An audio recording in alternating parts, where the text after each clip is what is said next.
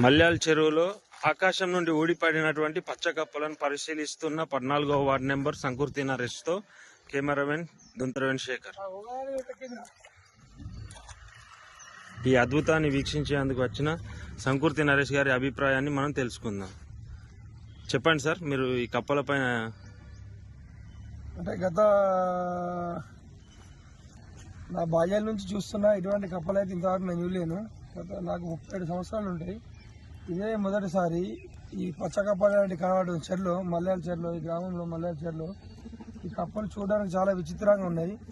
నాకు తెలిసి ఇవి శుభ సంకేతమా లేక దురు సంకేతమా తెలియడం లేదు. ఊరు నాశనం కోరుకోవడం జరుగుతుందా, మంచి జరుగుతుందా అనేది అర్థం కావడం లేదు. ఏం జరుగుతుందో చూడాలి. ఇదే ఫస్ట్ టైం ఈ పచ్చ కప్పలను చూడడం. నేను మా తాత ముత్తాలు చూసిరో చూడలేరో తెలియదు, కానీ నేను మాత్రం చూడడం ఫస్ట్ టైం ఇది. ధన్యవాదములు సార్.